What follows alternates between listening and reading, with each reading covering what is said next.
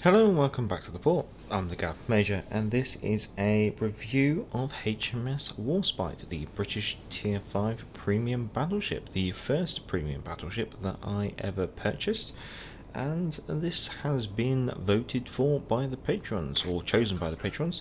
So basically once per patch the patrons are allowed to suggest reviews and let's plays of ships within my harbour, and then if there's multiple selections then it goes to a patron vote, and then towards the end of the patch I basically get the review uploaded.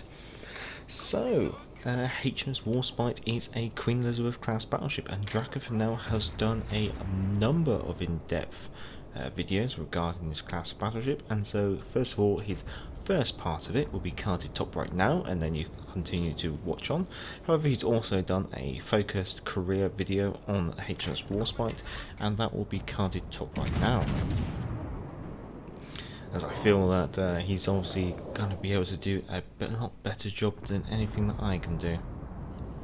Getting our first citadel on the Bedoini. Now this is a tier 4 and 5 game of domination of neighbours, and the enemy team is a Fubuki, a Gaidi, a Phoenix in a division of a Navaha, a Bedoini, a Batang, an Iron Duke, an Izumo, and a New Mexico. Let's see if we can punish the Bedoini again for staying broadside on. So, in comparison to the Tech Tree Tier 5 battleships, HMS Warspite has a slightly above average HP. She also has the second best HP pool. She has reasonable armour values, getting that plane up now, and she has a below average torpedo reduction of 22%. I might just load up HE just in case. Now, artillery wise, she has 8 15-inch guns in 4 dual gun turrets. We have A turret, B turret super firing at the front, and then we have Y turret, X turret super firing at the rear. Now, these have the joint largest gun caliber for the tier. Basically, you're on par with the Queen Elizabeth, obviously. You have a low gun count of only having 8 guns in comparison to the other Tech Tree battleships, and you have the shortest range and average reload time, a slightly better than average traverse speed for your turrets. You have a slightly better than average HE shell damage. You also have a just above average fire chance, and you have the joint highest AP shell damage, obviously joint with Queen Elizabeth. I think that guy is going to be dead by the time we even get around the corner. Well, we might as well see just in case he tries to sneak around the corner. Concentrate fire on the enemy warship. Nah, he got away with it. Torpedoes coming in too. Now, what does this all add up to? Well, she has the worst high explosives DPM, she has the worst AP DPM, and she also has the lowest fires per minute. So, obviously it's not very kind to you at the end of the day, unfortunately. Going back to AP. Now, one thing to note with Warspite is she does actually have some pretty decent secondaries. She's got 8 6-inch guns and 8 4-inch guns as secondaries, and they do have a slightly longer range than most others, so she is quite nice to have a secondary build on, which is what I have gone for. Modules and command build down in the description. Maneuverability, she has the joint second slowest speed. She has the smallest turning circle, however, and she has the third slowest rudder shift. Going on to concealment, she has the shortest concealment by sea and air, however she has a worse than average detectability when firing in smoke, and that's mostly due to her large caliber guns. Going on to consumables, you have repair parties times 3, and these heal 322 HP per second for 28 seconds, which means that each repair party should be healing in the area of 9016 HP. Now this is better than all the Tech Tree ships basically. Going on to the damage control party. Now, normally I don't go into in depth of the damage control party. However, in this case, I think it's worthwhile because it has a 5-second duration and a 60-second reload. So what this means is you have a slow duration, short duration, short reload damage control party, which is quite nice. So the modules I have picked is secondary battery module 2 and steering gears module 2, and that's basically because I am going for that secondary build.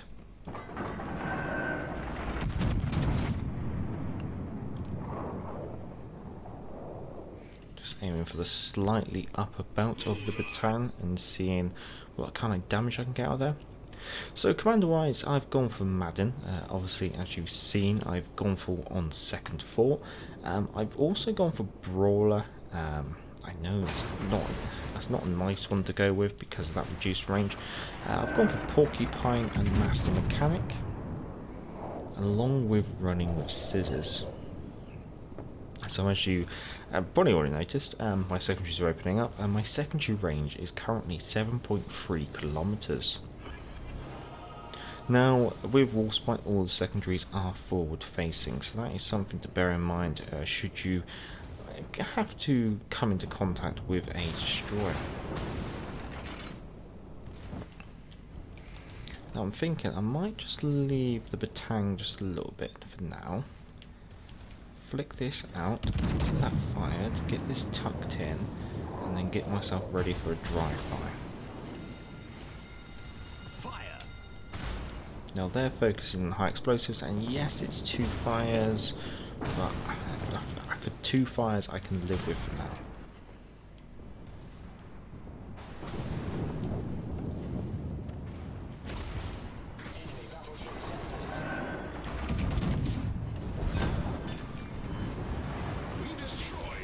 Now I will pop that damage control party, hit one of those heals. Solved, sir. Coming under fire from the New Mexico. I mean, I would love to slow down here, but I think it's one of those situations where it's kind of like pedal to the metal and keep going. Aiming for the deckline of the Iron Duke and seeing what we can get out of this. Attention. Reporting the target position. Managed to temporarily knock out one of his turrets.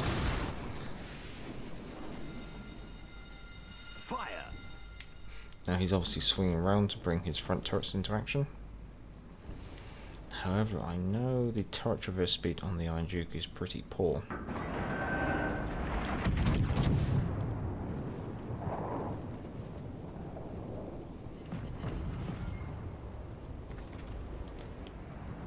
Now, if the California's not.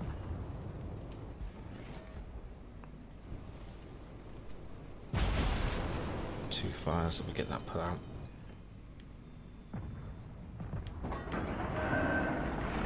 Problem solved, sir. That should be him. Switching to the New Mexico. I'm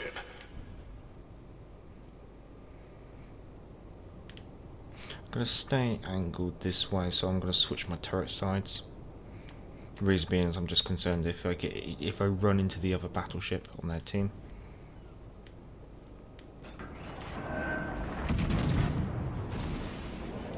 Repair party. Fire.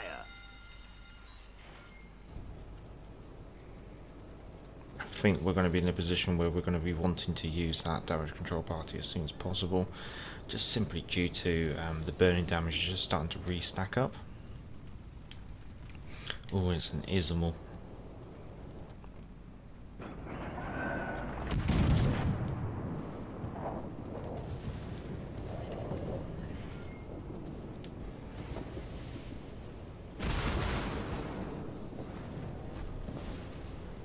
I think I'll let this fire go the whole distance.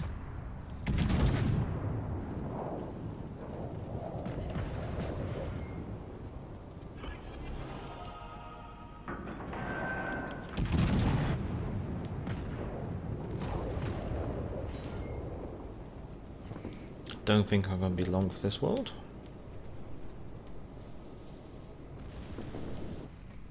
We might be able to sneak our back turrets out. But that's me, unfortunately. However, getting ourselves up to 101, well, yeah, 101, yeah, sorry, 101,000 damage. I don't know why that was such a mouthful to say. Well, if you have enjoyed this, feel free to give it a thumbs up, and until the end screen, time for some Colonel Bogey's March.